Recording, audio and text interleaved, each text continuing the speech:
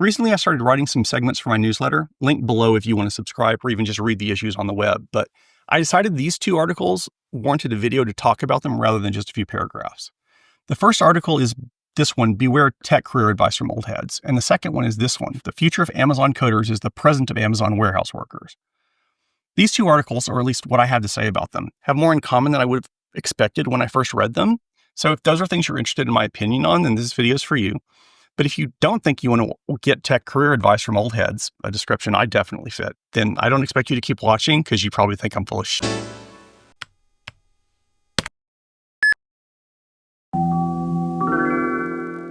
This is the Internet of Bugs. My name is Carl. I've been a software professional for more than 35 years now, and I've been on YouTube for just over a year after I started making videos to answer some career questions from some college CS majors that I met.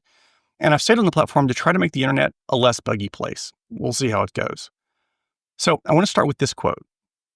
When people with long careers try to give newcomers advice, while it might be well-intentioned, it's likely to be useless. Now, as you might expect, when it comes to tech, I think this statement is largely garbage. And honestly, given the way that my channel has grown, I think most of you would disagree with it as well, unless you're one of those people that just hate watches and leaves insulting comments in my YouTube comments, in which case, thanks for the engagement. There is a kernel of truth here, though, so let me talk through that. The industry is vastly different now than it was when I was getting started. Early in my career, I used to build websites for a living, back when building websites meant ordering a computer and a router and domain name and some service from an internet service provider, getting a dedicated network connection from the local phone company, and then hooking all that up, configuring it to the point where the computer had this website is under construction page, and then I was done. All that is like 5 seconds now. You can do it with clicks from Hover or GoDaddy or Squarespace or WordPress.com or any number of other providers. It's obviously the case that you don't want to try to do that for a living.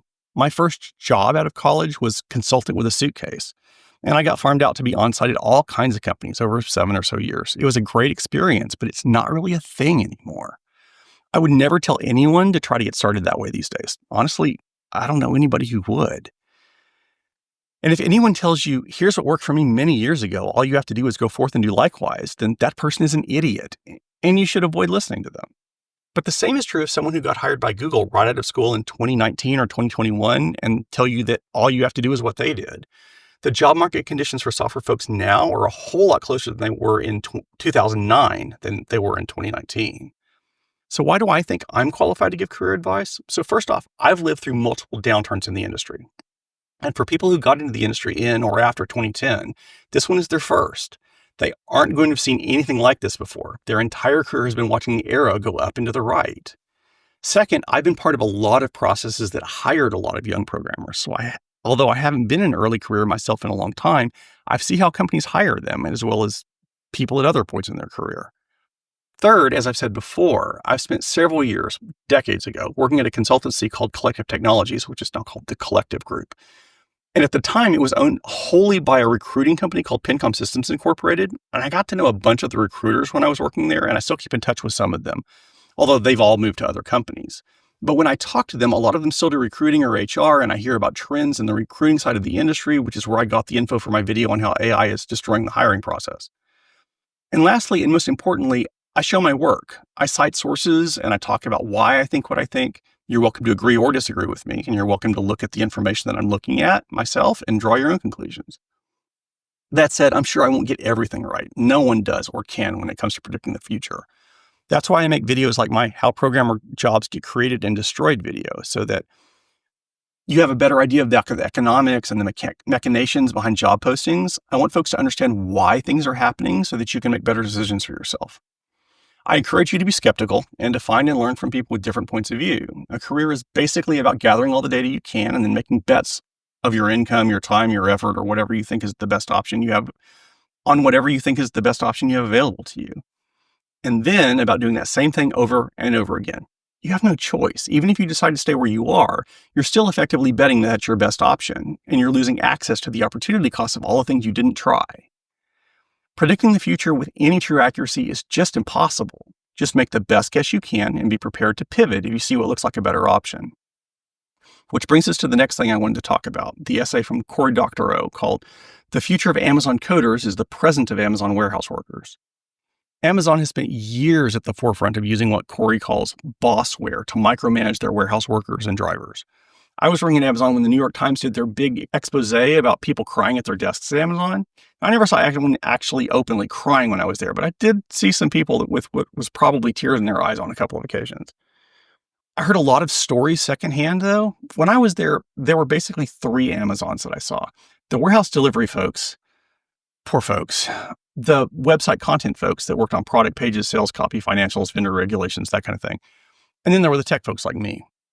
The tech folks had by far the best of the deal, except for maybe the executives, but I barely interacted with any of them, so I have no idea. All the crying white-collar Amazon workers who were mentioned in that article that I bothered to look up at the time were in the content part of the company, a place where the barrier to replacing an employee with someone else who matched the paper qualifications for that job was very low.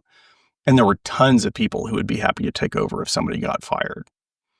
I have no doubt that Corey is right. And as he says, once there's an army of unemployed coders who will take your job, Jeff Bezos doesn't have to fear you anymore. He can fire you and replace you the next day. There are 2 trends there. One is that more and more coders have been laid off recently, and a lot of people have entered the industry from school too. So there are more coders looking for work. The other is that as AI gets more involved in the programming process, the qualifications that someone has to have in order to drive the AI get lower. And so people who previously wouldn't have been skilled enough to do your job might soon be able to do a passable job of what you do. When those lines cross, there are a bunch of people who both want and meet the qualifications for any programming job at Amazon. And at that point, I have no doubt it will become a miserable place to work. Well, an even more miserable place to work. And where Amazon goes, the other tech employers won't be far behind. My guess is that the quality of their code will start going down pretty dramatically at that point. And that's bad for programmers and for the general public, for whom Amazon's code deficiencies will push the general quality of code on the internet way down.